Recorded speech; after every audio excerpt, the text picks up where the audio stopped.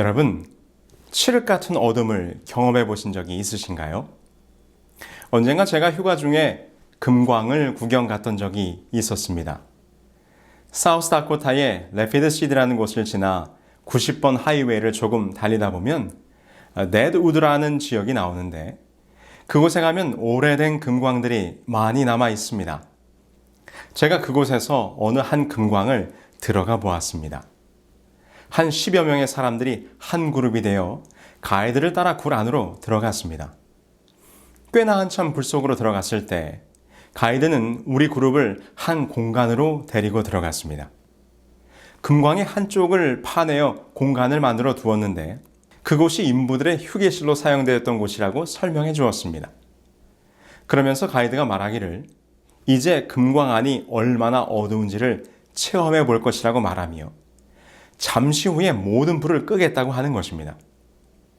그리고는 덧붙여 말하기를 어두워지면 단순히 아무것도 보이지 않는 것이 문제가 아니라 여러분들의 균형 감각과 방향 감각을 잃게 될 것이라고 하면서 넘어지지 않도록 조심하라고 주의를 주고는 이제 금광 안의 모든 불을 소등했습니다.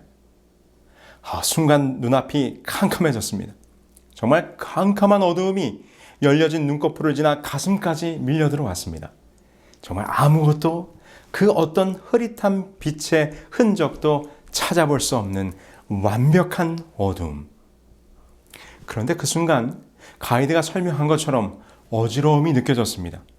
앞과 뒤는 물론 위와 아래까지 구별할 수가 없었습니다. 아무리 정신을 바짝 차리려고 해도 마치 무중력 상태에 들어간 것만 같았습니다. 그대로 주저앉아 버릴 것만 같았던 그때 가이드가 다시 불을 켰습니다. 여기저기서 안도의 한숨이 흘러나왔습니다. 빛이 들어오는 순간 혼란한 어두움 가운데서 분명한 방향과 균형을 다시 찾을 수 있었습니다. 여러분, 우리는 지금 어두운 세상에 살아가고 있습니다. 세상의 죄악이 너무도 어두워 어느 곳으로 가야 할지 우리는 그 방향마저도 잃어버렸습니다.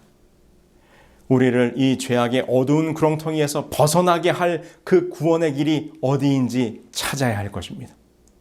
그래서 우리에게는 구원으로 인도할 길이요 빛이 되시는 예수 그리스도가 필요한 것이지요. 요한복음에 이렇게 말씀하셨습니다. 나는 빛으로 세상에 왔나니 무릇 나를 믿는 자로 어두움에 거하지 않게 하려 함이로라. 내가 곧 길이요 진리요 생명이니 나로 말미암지 않고는 아버지께로 올 자가 없느니라. 예수님 자신이 우리를 어두운 죄악 세상에서 건져내실 구원의 빛이요 구원의 길이 되시는 것입니다. 그런데 놀라운 사실은 예수 그리스도를 통하여 우리로 구원에 이르도록 설계하신 그 구속의 계획과 원리가 이미 구약시대에 우리들에게 주어졌다는 것입니다. 죽을 죄인이 용서를 받고 구원을 얻는다는 것은 무엇일까요? 어떤 이치로 무슨 원리로 누가 누구의 죄를 용서하고 구원하는 것입니까? 이 오묘하고 신비한 일은 범죄한 아담과 하와를 위하여 하나님께서 만들어 입히신 가죽옷에서부터 시작이 됩니다. 범죄한 그들의 수치심과 두려움을 덮어주기 위하여 하나님께서는 양을 잡으셨습니다. 이는 히브리서 9장 22절의 말씀처럼 죄의 문제를 해결하기 위해서는 반드시 피 흘림이 있어야 함을 보여주는 상징적인 사건이었고 그 뒤로 하나님의 백성들은 양의 희생을 통해서 죄를 해결하고 하나님과 화목한 관계를 유지하며 살아갔습니다. 이것이 모세에 의해서 세워진 성막에서부터 질서 있고 체계적인 성서 제도로서 자리를 잡게 된 것입니다. 그래서 모든 성서의 모양과 성서에서 행해지는 의식의 의미들 속에는 하나님께서 죄를 해결하시고 구원하시는 원리가 담겨지게 된 것이지요. 그래서 이 성서가 곧 구원의 계획표가 되는 것입니다. 그래서 성서의 모습을 하나하나 살펴보면 구원의 계획의 중심이요 구원의 길이신 예수 그리스도가 곳곳에 상징되어지고 있음을 발견하게 됩니다. 그럼 먼저 구원의 계획표인 성소의 모습을 조금 살펴볼까요? 성소는 바깥뜰과 성막으로 구분되어 있었습니다. 그 중에 바깥뜰은 세마포 휘장으로, 다시 말해서 천막 울타리로 둘러쳐져 있었습니다. 성경에서 세마포 휘장은 의를 상징하고 주께서 우리에게 입혀주시는 구원의 옷을 의미하는 것이지요. 여러분, 한번 이렇게 상상해 보시기 바랍니다. 여기 한 사람이 속세의 진영을 떠나 성소를 향하여 가고 있습니다. 그의 손에는 그의 죄를 대신하여 죽을 희생 제물이 있습니다. 그가 진영에서 떠나 성소의 뜰까지 가려면 일정한 거리를 걸어가야 했습니다. 아마도 그는 오는 도중에 자신이 성소를 향해 출발하는 것을 목격한 이웃들의 험담을 듣게 될는지 모릅니다. 그가 무엇 때문에, 무슨 일을 저질렀기 때문에 지금 속죄제를 드리러 가는지, 그가 끌고 가는 밧줄에 매인 재물을 보며 사람들이 수근수근 할 것입니다. 그는 부끄러움을 느낄 것입니다. 그러나 마침내 그 죄인이 성막의 뜰로 들어서게 될 때 성막의 뜰을 두르고 있는 세마포 장막이 그의 모습을 가리우게 될 것입니다. 더 이상 세속의 사람들이 그를 볼 수 없으며 그는 구주의 덮어주시는 의 안에서 마음의 평안을 얻을 수 있는 것입니다. 이 얼마나 아름다운 구원의 상징입니까? 이제 성소의 뜰에 들어서면 바로 눈앞에 제단이 나타납니다. 이곳은 죄인을 대신하여 희생 제물이 피를 흘려 죽게 될 장소였습니다. 제사장은 죄인이 가져온 제물을 이곳에서 죽여 가죽을 벗기고 각을 떠 거룩한 불 위에서 불살랐습니다. 우리는 이곳에서 어떤 구원의 장면을 발견할 수 있습니까? 이는 곧 예수께서 십자가에 못 박혀 피 흘리시고 그의 옷이 벗겨져 우리를 대신하여 부끄러움을 당하실 십자가의 희생이 바로 이 번제단에 예표된 것입니다.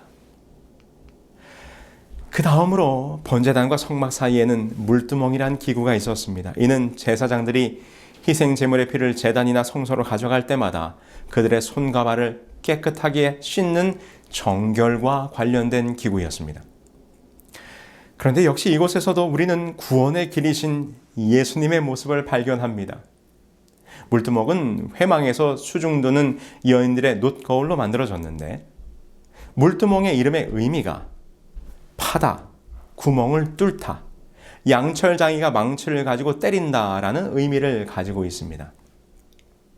이는 놋거울을 두들겨 물두멍을 만들었던 모습을 보여주는 것이기도 하지만 예수님의 못 박히심을 상징하는 말이기도 합니다. 시편 22편 16절을 보면 악한 무리가 나를 둘러 내 수족을 찔렀나이다 라고 예수님의 십자가를 예언하고 있는데 이때 찔렀나이다 라는 말이 구멍을 뚫었다, 망치질을 하였다, 곧 물두멍과 같은 의미인 것이지요. 이는 십자가 위에서 망치질로 못이 박혀질 때 그 구멍난 주님의 몸에서 정결한 구원의 물이 그 보혈의 피가 흘러나왔음을 우리에게 보여주고 있는 것입니다. 이제 성막 안으로 들어가 볼까요? 성막 안에는 떡상과 촛대와 분향단이 있었습니다. 그 중에 떡상은 어떻게 그리스도를 상징합니까? 요세푸스의 기록에 보면 떡상에 대한 설명이 나와 있는데요. 이렇게 기록되어 있습니다. 그것은 또한 다리가 있었는데 그 절반 아래에는 도리스 사람들이 그들의 침대에 붙인 것들과 닮은 완전한 다리들이다. 도리스 사람들이 사용하는 침대의 다리들 모양과 닮았다는 것입니다. 그럼 도리스 사람들이 사용하는 침대의 다리는 무슨 모양이었을까요? 여러분들이 아마도 오래된 앤틱 가구에서 그 식탁의 다리 모양이 이렇게 둥글게 휘어진 모양으로 된 것을 보신 적이 있을 것입니다. 이것은 동물의 뒷다리를 형상화한 것으로 이 떡상 자체가 생명의 떡을 지니고 있는 어린 양의 모습을 보여주고 있는 것입니다. 바로 예수님 자신이 떡을 지니신 떡상이셨던 것이지요. 그리고 촛대는 어떻습니까? 성막에는 창문이 없었습니다. 오직 촛대만이 성막 안을 비추는 유일한 빛이었지요. 이는 사도 요한이 말한 참빛 되시는 예수 그리스도의 모습인 것입니다.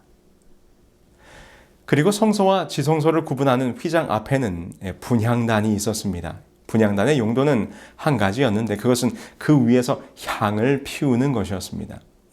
향은 매일 아침과 저녁에 살랐으며 이 봉사는 끊이지 않았습니다. 이 분향단에서 피어나는 향은 성도들의 기도를 상징하는 것입니다. 그런데 중요한 것은 분향단에 피워지는 향은 반드시 번제단의 거룩한 수치로 불을 피워야 했습니다. 이는 분향단의 향이 번제단으로 수치를 피워져야 하는 것처럼 갈바리의 중보만이 우리의 기도가 연락될 수 있는 능력이라는 의미를 가지고 있는 것이지요. 그래서 우리가 예수님의 이름으로 기도를 드리는 것입니다. 그리고 분향단 앞에는 휘장이 쳐 있었습니다. 출애굽기에 보면 지성소로 들어가는 휘장은 네 못에 의하여 기둥에 매달려 있었습니다. 휘장이 못 박힌 기둥에 매달려 늘어져 있는 모습은 십자가에 달리신 예수 그리스도의 육체를 의미합니다. 그래서 예수께서 십자가에서 죽으실 때 성소의 휘장이 위에서부터 아래로 찢어짐으로 그리스도의 죽으심을 상징하였던 것입니다. 이제 마지막으로 우리 지성소 안으로 들어가 볼까요? 지성소 안에는 언약궤가 놓여져 있었습니다. 이 언약궤 안에는 십계명이 들어 있었는데요. 이것은 멸망받을 인류를 구원하시는 여호와의 언약이 하나님의 율법에 기초를 두고 있기 때문이었습니다. 그래서 성경은 이를 여호와의 언약궤라고 칭하고 있는 것입니다. 특별히 이 언약궤를 덮고 있는 그 덮개를 속죄소라 하였는데요. 우리가 율법 앞에서는 죽을 수밖에 없는 죄인이지만 예수 그리스도의 은혜로 우리의 죄를 덮어주셨기에 히브리서는 그 덮개를 은혜의 보좌라고 설명한 것입니다. 자, 우리는 이렇게 성소의 모습 속에서 우리의 구속을 위한 구원의 계획이 표상적으로 담겨져 있음을 확인해 보게 됩니다. 성소의 기구들과 그곳에서 행해졌던 예식들이 한결같이 우리의 구원의 길이신 예수 그리스도를 보여주었던 것이죠. 구약의 백성들은 성소의 의식에 참여하면서 자신들의 죄를 대신하여 죽으시고 피 흘리사 우리의 구원을 이루실 메시아를 만나고 경험했었습니다. 그리고 마침내 그 모든 상징의 원형이신 예수님께서 이 땅에 오사 십자가에서 희생당하셨을 때 이 땅에 세워진 성소의 역할은 그 기능을 다하게 된 것입니다.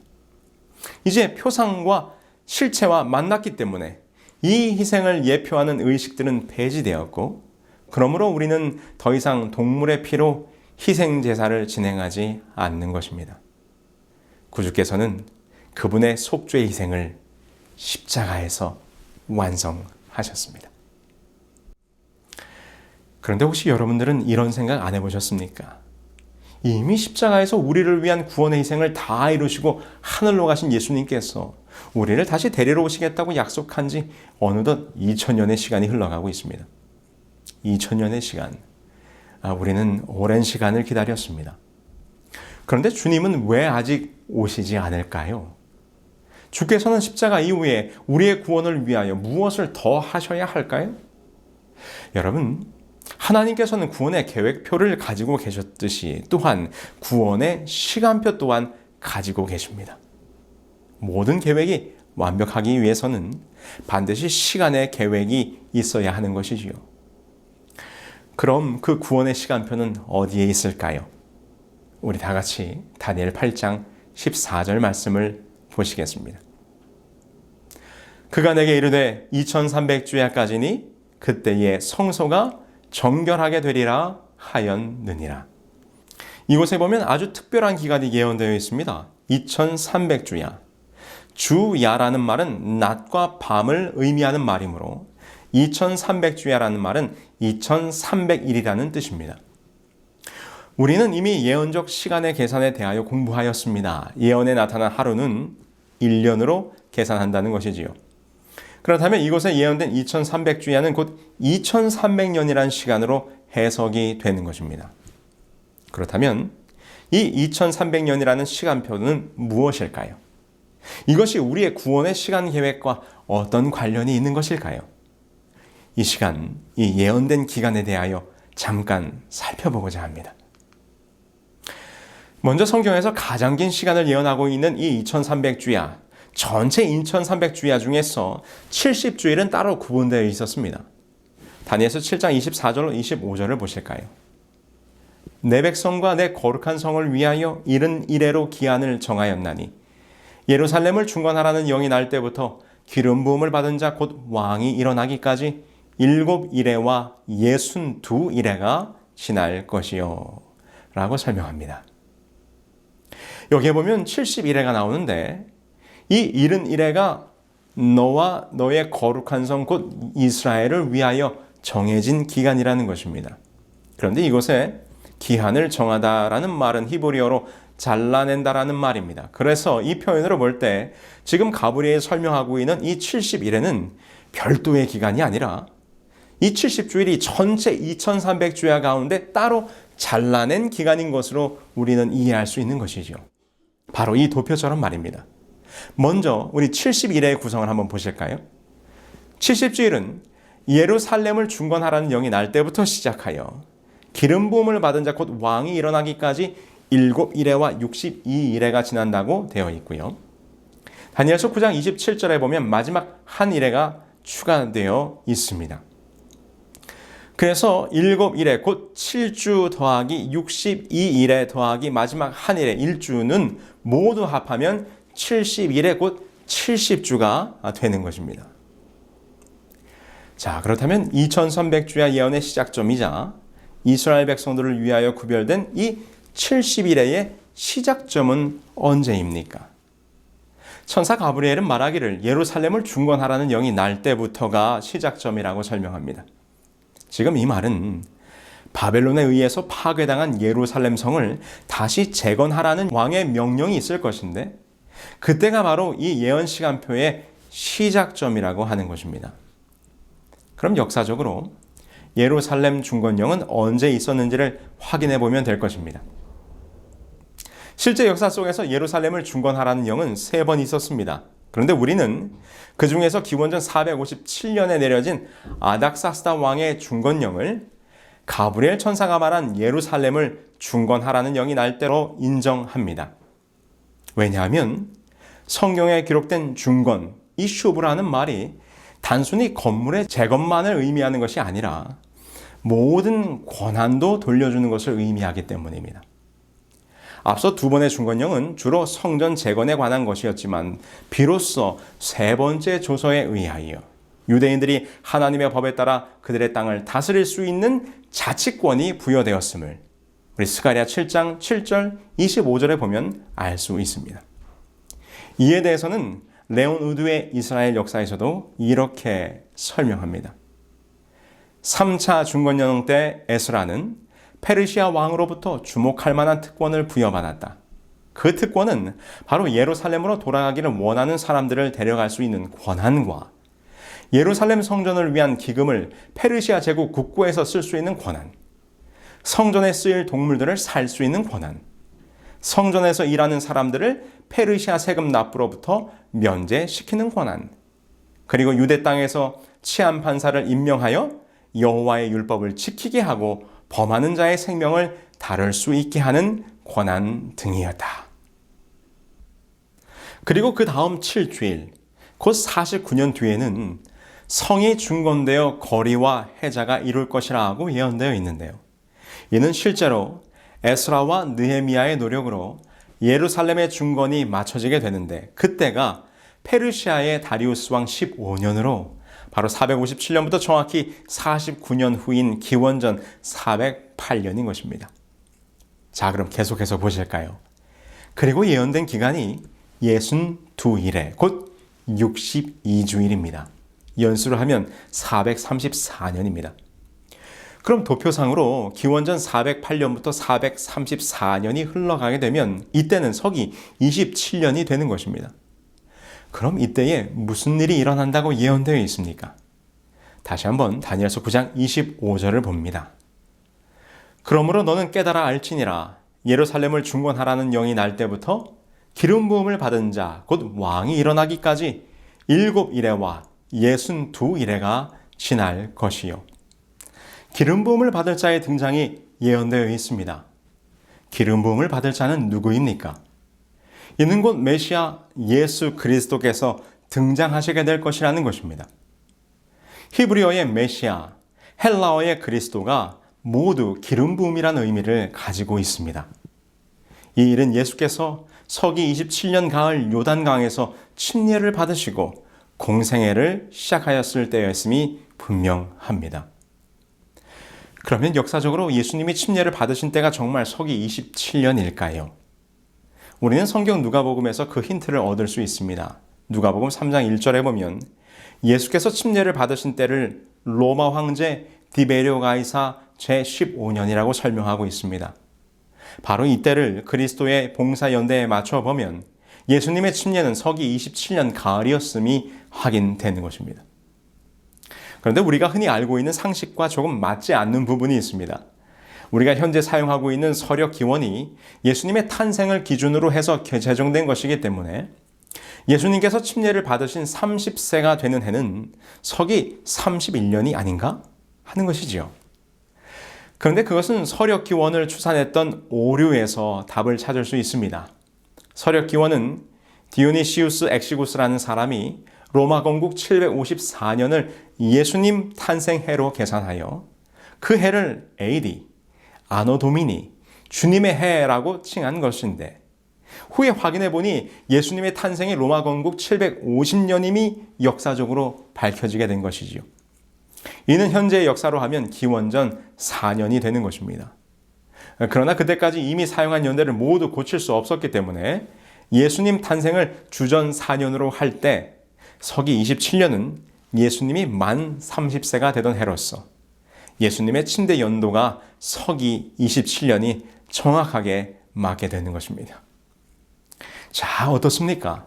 지금 이 2300주야의 예언 시간표가 우리의 구원을 위해 오실 예수님 메시아의 출현을 정확히 예언하고 있는 것입니다. 그래서 갈라디아서에서도 때가 참에 하나님이 그 아들을 보내사라고 기록하고 있는 것입니다. 이처럼 예수님께서는 구원의 시간표에 맞추어 이 땅에 오신 것입니다. 그뿐만이 아닙니다. 이 2300주야 예언 시간표 속에는 예수님의 십자가의 때에 관한 예언도 들어 있습니다. 다니엘서 9장 26절, 27절입니다. 62일의 후에 기름 부음을 받은 자가 끊어져 없어질 것이며 그가 장차 많은 사람들과 더불어 한 일 동안의 언약을 굳게 맺고 그가 그 일의 절반에 제사와 예물을 금지할 것이며 이곳에 기록된 끊어질 것이란 말은 사형을 시킨다는 말로 십자가의 사형틀에서 죽으신 예수님의 희생을 적절히 예언하고 표현하고 있는 것입니다. 그러면서 예언하기를 기름 부음을 받은 자가 일의 절반, 곧 7일의 절반은 3년 반이지요. 메시아가 등장한 지 3년 반이 되었을 때에 제사와 예물을 금지할 것이라는 것입니다. 이게 무슨 의미입니까? 주께서 침례를 받으시고 공생애를 시작하신 서기 27년 가을부터 3년 반이 지난 때는 서기 31년 봄입니다. 이때 주님께서 유월절 어린 양이 되사 우리를 위해 십자가에서 죽으신 것입니다. 이것이 바로 제사와 예물을 금지되게 하는 사건으로 십자가 이후에 우리는 더 이상 동물의 희생 제사를 드리지 않게 된 것입니다. 너무나도 분명합니다. 다니엘서의 2300주야의 예언을 통하여 우리를 위하여 죽으실 시간 곧 구원의 시간표가 정확히 이루어지고 있는 것을 지금 우리가 확인하고 있는 것입니다. 그리고 이스라엘 백성들을 위하여 주어졌던 70일의 마지막 때에는 어떤 사건이 있었습니까? 그때는 서기 34년경으로 스데반 집사님의 순교 사건이 벌어지게 됩니다. 이로써 하나님의 제사장 나라로 부르심받았던 유대 민족이 메시아를 거절하고 스데반을 돌로 쳐 죽임과 동시에 본격적으로 그리스도를 믿는 자들을 핍박하기 시작하면서 하나님의 택하신 선민으로서의 자격을 잃어버리게 된 것이지요. 이로써 너와 너의 백성과 예루살렘을 위하여 따로 떼어졌던 70일의 예언 시간이 끝나게 됩니다. 자, 이제 명확해졌습니다. 예수님은 그분의 등장과 삶과 죽음의 시간이 정확히 예언되어졌고 그분은 그 구속의 시간표에 따라 우리의 구원의 약속을 이루셨습니다. 이제 우리는 마지막 한 가지 의미가 무엇인지를 확인해 보는 일이 남았습니다. 바로 그 2300주의 끝 기원전 457년부터 2300년을 계산했을 때 확인되어지는 1844년. 과연 이때에 성소가 정결케 된다는 예언은 무엇을 말하고 있는 것일까요? 여기서 우리는 한 가지를 다시 한번 명확히 해두어야 합니다. 구약의 성소 제도와 모든 절기들이 모든 표상의 원형과 실제이신 예수님의 모든 구속 사업을 예표하고 있다는 것입니다. 이 말은 곧 무엇을 의미하는가? 구약의 성소 제도와 절기들을 생각할 때 우리를 구원하시는 구속 사업은 십자가에서 끝나는 것이 아니라 그 이후에 다른 과정이 더 있다는 것입니다. 유대인들이 지키던 7절기들이 있습니다. 유월절, 무교절, 초실절, 오순절, 나팔절, 그리고 대석제일, 장막절. 이렇게 7절기입니다. 그런데 이 7절기들이 각각 예수님의 구속사역의 면면을 표상하고 있습니다. 유월절은 우리의 죄를 대신하여 죽으신 예수님의 십자가의 희생을 통하여 이루어졌습니다. 두 번째 무교절은 누룩 없는 빵을 먹는 절기였습니다. 이는 죄가 없이 죽으신 예수님을 상징하는 것이지요. 세 번째 초실절은 농사한 첫 열매를 바치는 절기였는데 이는 부활의 첫 열매가 되신 예수님의 부활을 표상하는 절기였습니다. 네 번째 오순절은 예수님께서 하늘로 승천하셔서 하늘 보좌에 앉으실 때 초실절이 50일째가 되는 날로 초대교회에 성령의 강림 사건이 있었습니다. 그래서 이 절기의 표상대로 구원의 계획이 진행되어지고 있다면 우리 주님께서는 희생양으로서 죽으심과 부활 그리고 승천을 통해 유월절, 무교절, 초실절을 성취하였습니다. 이제 주께서는 초대교회의 오순절 이후에 나머지 절기인 나팔절과 대속제일을 이제는 대제사장으로서 하늘에서 역할을 하시게 될 것입니다. 이렇게 하늘 성소에서 우리 주님께서 대제사장으로 봉사하실 것에 대하여 사도 바울은 이렇게 말씀하셨습니다. 히브리서 4장 14절입니다. 그러므로 우리에게 큰 대제사장이 계시니 승천하신 이 곧 하나님의 아들 예수시라. 우리가 믿는 도리를 굳게 잡을지어다. 그런데 제가 이 2300주의 끝에 있게 될 성소의 정결이란 무엇인가에 대하여 말씀을 드리다가 왜 예수님의 대제사장 되심과 대속제일에 대하여 말씀을 드리는 이유가 무엇일까요? 그 이유가 여기에 있습니다. 레위기 16장 18절로 19절입니다. 그는 여호와 단 앞으로 나와서 그것을 위하여 속죄할지니 곧 수송아지의 피와 염소의 피를 취하여 단 귀퉁이 뿔들에 바르고 또 손가락으로 그 피를 그 위에 7번 뿌려 이스라엘 자손의 부정에서 단을 성결케 할 것이요. 결론부터 말씀드리자면 대속죄일은 성소가 정결케 되는 절기였습니다. 속죄일의 예식은 대제사장이 진행하였습니다. 대제사장은 먼저 자기 자신을 위하여 수송아지로 제물을 삼고 이후에 염소를 잡아 그 피를 가지고 모든 성소와 회막을 정결케 하고 백성들의 죄를 속하는 예식을 진행하였습니다. 이로써 수송아지와 염소의 섞어진 피로 성막과 뜰의 모든 장소는 피로 정결케 함을 입게 된 것입니다. 이것이 구약시대 대속죄일 봉사였다면 이제는 그 원형이신 예수께서 우리의 대제사장이 되사 염소의 피가 아니라 더 좋은 제물 곧 예수 그리스도 자신의 피를 가지고 지성소로 들어가사 우리를 위한 최후의 중보와 정결 예식을 진행하고 계시는 것입니다. 이것을 사도 바울은 히브리서에서 이렇게 설명합니다. 그러므로 하늘에 있는 것들의 모형은 이런 것들로서 정결케 할 필요가 있었으나 하늘에 있는 것들은 이런 것들보다 더 좋은 제물로 할지니라. 이처럼 성소가 정결케 된 예식이 대속죄일이었기 때문에 이제는 주님께서 우리를 위한 더 좋은 제사장이 되셔서 동물의 피가 아닌 당신의 피로 성소를 정결케 하는 대속죄일의 봉사, 곧 2300주야의 끝에 성소가 정결케 되는 예식을 시작하신 것입니다. 그런데 여러분, 흥미로운 것은 이 성소가 정결케 될 것이라는 이 말씀 속에 정결이라는 이 단어 니스다크는 죄를 도말하는 과정을 통하여 공의를 세운다는 의미로서 재판의 과정, 곧 심판을 의미하는 용어로 사용되는 단어입니다. 다시 말해서 죄를 도말하여 성소를 정결케 하는 것이란 불의를 제하고 공의를 세우는 심판의 과정이라는 것이죠. 그래서 다니엘서 7장을 보시면 이 심판의 과정이 구체적으로 아주 잘 설명되어지고 있습니다. 다니엘 7장 9절로 10절입니다. 내가 보니 왕자가 놓이고 옛적부터 항상 계신 이가 좌정하셨는데 그의 옷은 희기가 눈 같고 그의 머리털은 깨끗한 양의 털 같고 그의 보좌는 불꽃이요 그의 바퀴는 타오르는 불이며 불이 강처럼 흘러 그 앞에서 나오며 그를 섬기는 자는 천천히요 그 앞에 모셔 선 자는 만만이며 심판을 베푸는데 책들이 펴 놓였더라. 다니엘이 바라보았던 이 장면은 분명히 심판을 진행하는 장면입니다. 이 심판의 장면 속에 심판의 주관자로서 옛적부터 항상 계신 이가 등장합니다. 이분은 누구십니까? 이분은 여호와 하나님이십니다. 너희 무리는 마땅히 일어나 영원부터 영원까지 계신 너희 하나님 여호와를 송축할지어다. 영원부터 영원까지 계시니 곧 옛적부터 계신 이는 여호와 하나님이심이 분명합니다.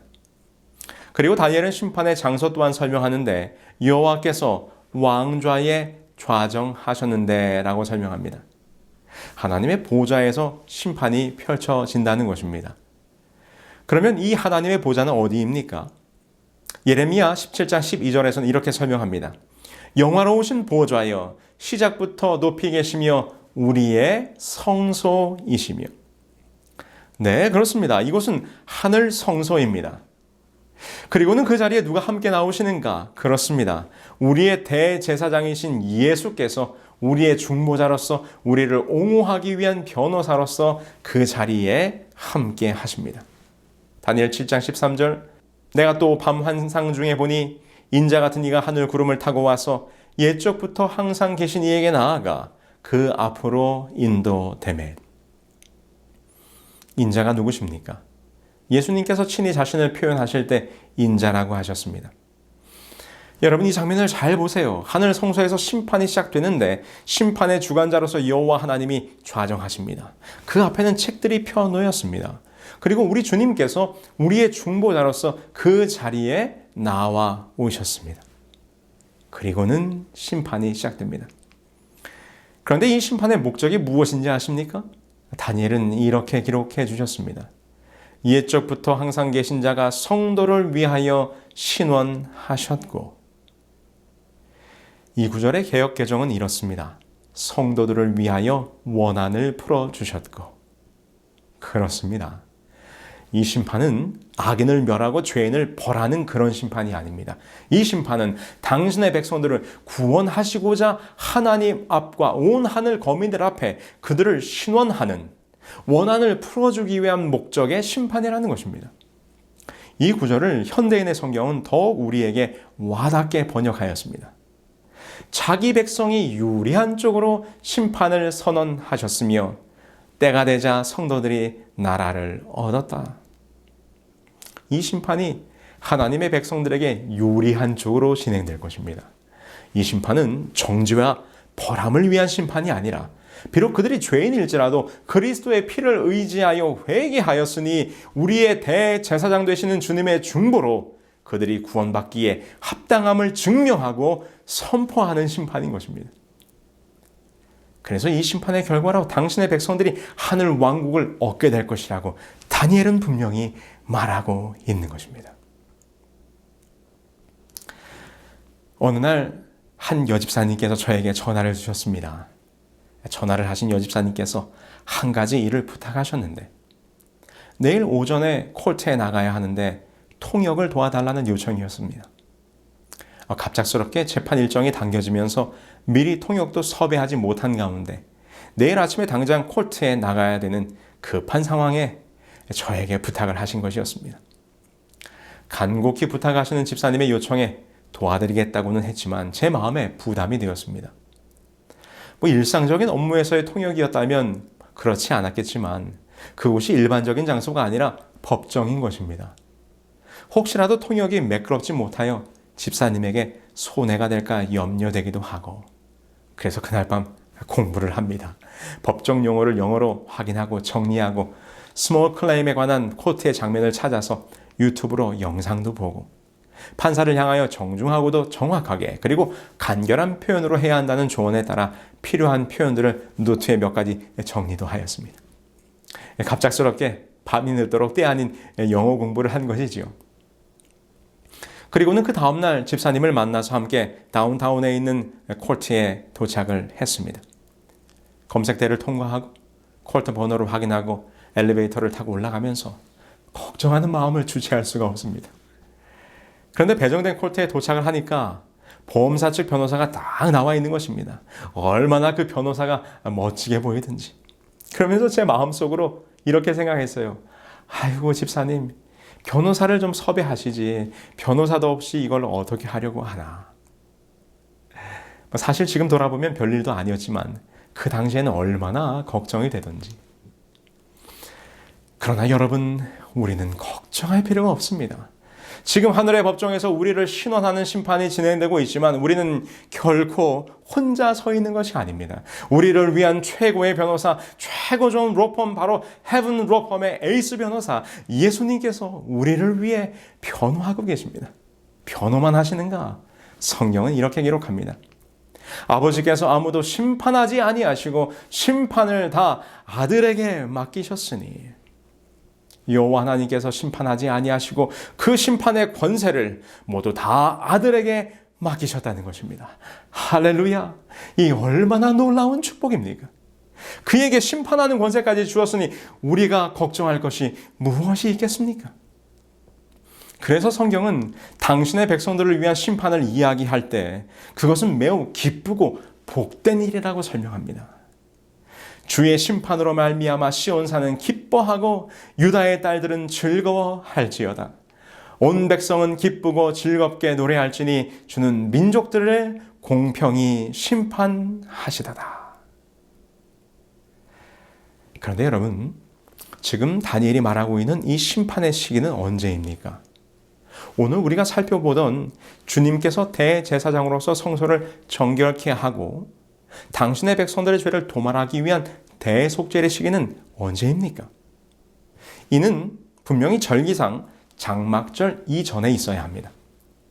다시 말해서 하늘에서 펼쳐질 하늘잔치 이전에 이 성소가 정결케 되는 대속죄일, 곧 하나님의 백성들을 신원하기 위한 심판이 재림 전에 있을 것이란 말입니다.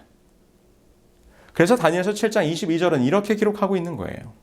옛적부터 항상 계신 이가 와서 지극히 높으신 이의 성도를 위하여 원한을 풀어주셨고 때가 이름에 성도들이 나라를 얻었더라. 그래서 다니엘은 이 심판이 끝난 이후에 구원받은 자들에게 약속된 성도들의 나라가 주어질 것이라고 선언하고 있는 것입니다. 이를 화면에 보시는 2300주야 도표를 통하여 보시면 기원전 457년 예루살렘 중건용으로부터 시작된 2300주야, 주께서 정확히 한 일에와 62일에 만에 오셨고 마지막 한 일의 절반 곧 서기 31년에 십자가에서 죽으셨습니다. 그리고 이제 2300주야 끝 1844년부터 성소가 정결케 되는 대속죄일, 곧 당신의 백성들을 신원하기 위한 재림전 심판이 시작된 것입니다. 이 대속죄일은 장막절, 곧 주님의 재림과 함께 누리게 될 하늘잔치가 있기 전까지 이어지게 될 것입니다. 그러므로 여러분, 오늘 우리는 실제적 대속죄일의 기간에 살고 있는 것입니다. 이 대속죄일의 기간에 이스라엘 백성들이 그날에 그들의 심령을 괴롭게 하도록 요구를 받은 것처럼 오늘 하나님께서는 우리들에게 진정한 회개를 경험하도록 요구하십니다. 유대 전승에 의하면 욤키프르, 곧 대속죄일이 맞춰지는 해가 질 때가 되면 마지막으로 느일나라는 기도를 드린다고 합니다. 그들이 기도할 때 무엇을 위하여 기도하는가 하면 느일라가 드려지는 동안 우리의 생각, 우리의 운명, 우리의 심판은 봉인되었습니다 라고 기도한다는 것입니다. 그런데 흥미롭게도 이 느일라에서 따온 호투메누, 곧 우리를 인치소서라는 말은 나중에 하티마 토바라는 전통적인 이 욤키푸르의 인사말로 발전이 되었습니다. 유대인들이 대속죄일 기간에 서로 인사를 나누는 이 하티마 토바라는 말은 이런 뜻입니다. 당신이 잘 봉인되기를 바랍니다. 여러분, 이 마지막 대속죄일의 기간 동안 여러분들의 이마와 손에 하나님의 인이 잘 봉인되기를 소망합니다. 우리를 위한 더 좋은 대제사장 되시는 예수님께서 우리와 함께 계심을 잊지 말고 하늘의 인으로 임봉되시는 여러분 모두가 되기를 간절히 바라면서 오늘 말씀을 마치겠습니다.